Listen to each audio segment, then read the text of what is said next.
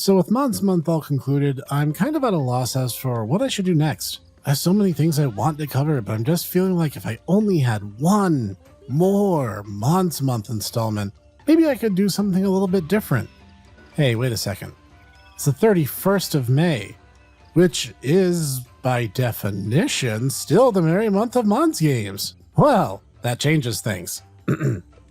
Greetings everyone to the actual final Mods Month title. Today we're going to be taking a look at a newer title into the genre with a unique look and feel. Join me for a closer look at Patch Quest.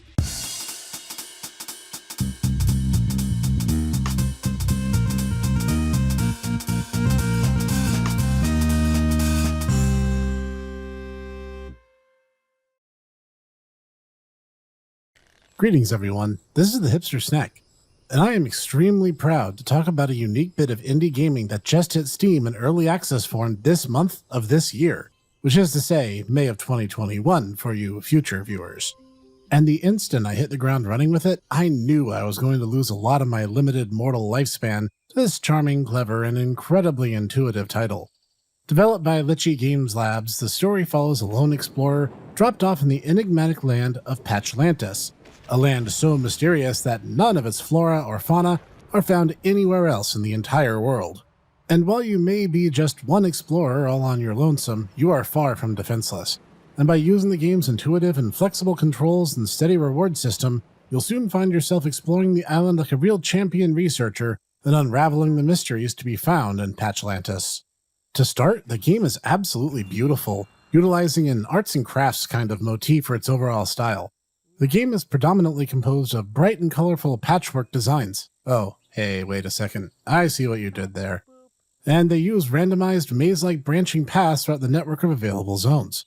Each area is comprised of patches, each clad in plant life and the wild monsters that call Patchlantis their home. And I need to gush some more here.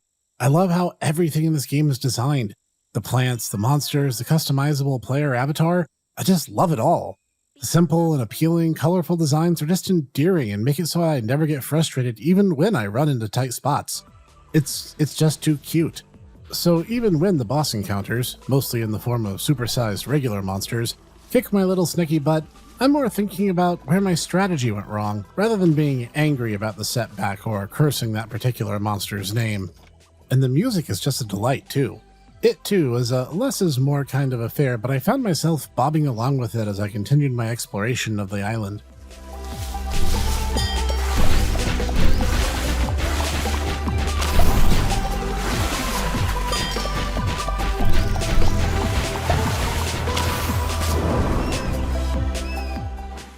The sound effects are simple and low-key, not drawing too much attention to themselves, but I found them incredibly pleasant and effective, just as they should be.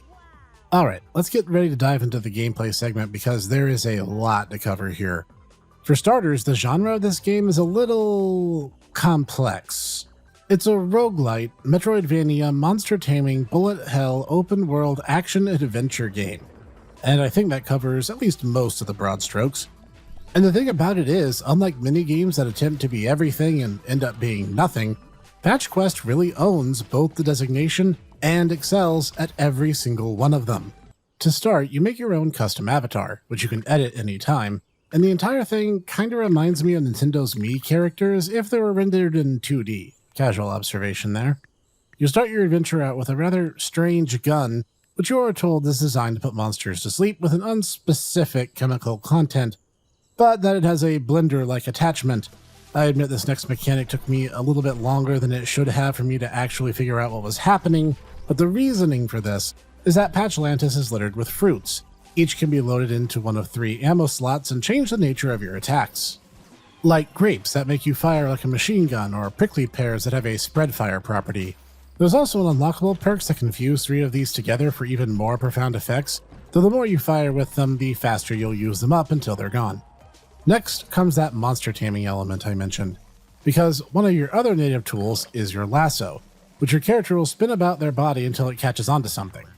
At that point, you must maneuver your little character in a circle around the monster, either direction, it doesn't matter, in order to snare them and in turn mount them and turn them into ride monsters. Once you do so, you can begin using the monster's powers in addition to just your blaster, and this will offer you, at first, a defensive option, like a turtle monster whose shell slide will reflect projectiles, or a frog who can leap over attacks and obstacles.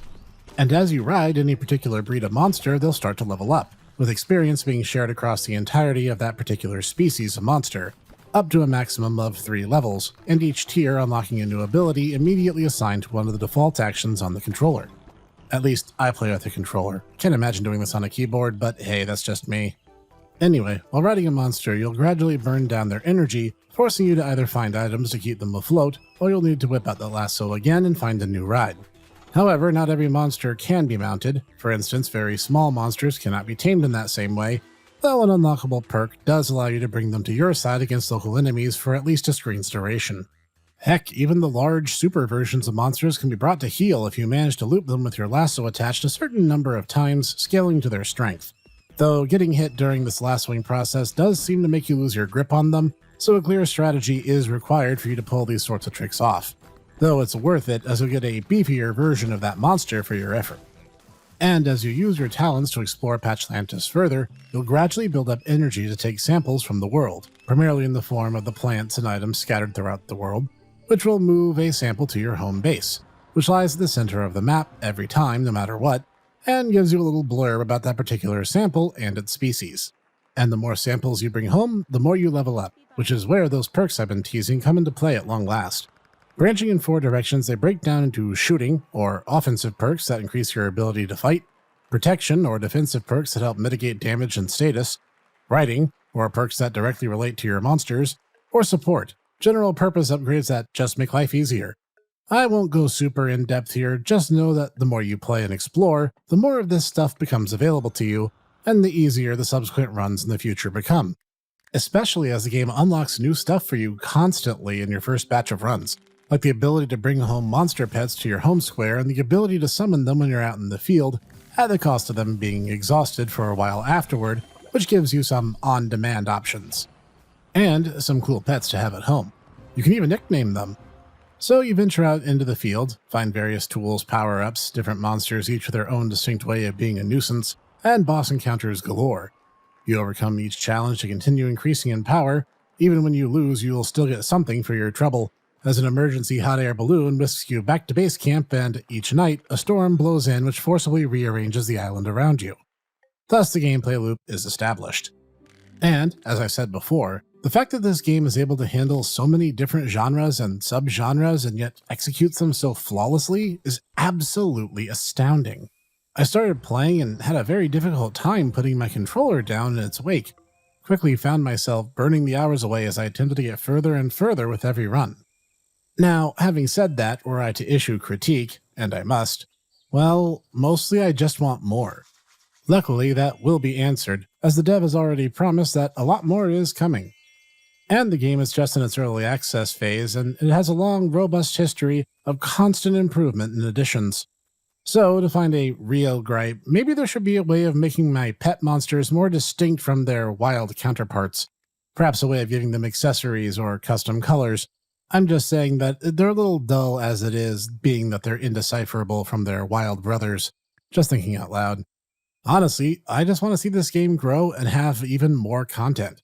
Because even in its simpler form, I'm already completely in love with this outstanding title. All taken into consideration, Patch Quest is one of the most distinct games I think I've ever played in my life. And the fact that it pushes a lot of my buttons just by base design, like my love of roguelites, metroidvanias, and monster games all in one go, but that it combines them all in a really interesting way that ties into the game's story and mechanics all at once? That's crazy and absolutely amazing. To say nothing of the sheer amount of charm and creativity that just radiates from this title. It's beautiful, it's entertaining, it's already amazing, and there's more to come. There is literally no reason why you shouldn't follow that link in the description below and try out Patch Quest for yourselves. And this has been the Patch-Snek. If you enjoyed today's episode, be sure to hit that like button so I know. And for more out of me each and every week, be sure to hit the subscribe and bell icon so you'll never miss a one. And leave a comment down below. Have you played this game? What are some of the pets that you've taken back to base? I'd be curious to know. And come back every week for more obscure reviews, N-D-X-Cellence, and the new home of the YouTube version of the Tomodachi Bros podcast, Snek Techs, and more. Join me and my closest bros right here each and every time for more, and I will see you there.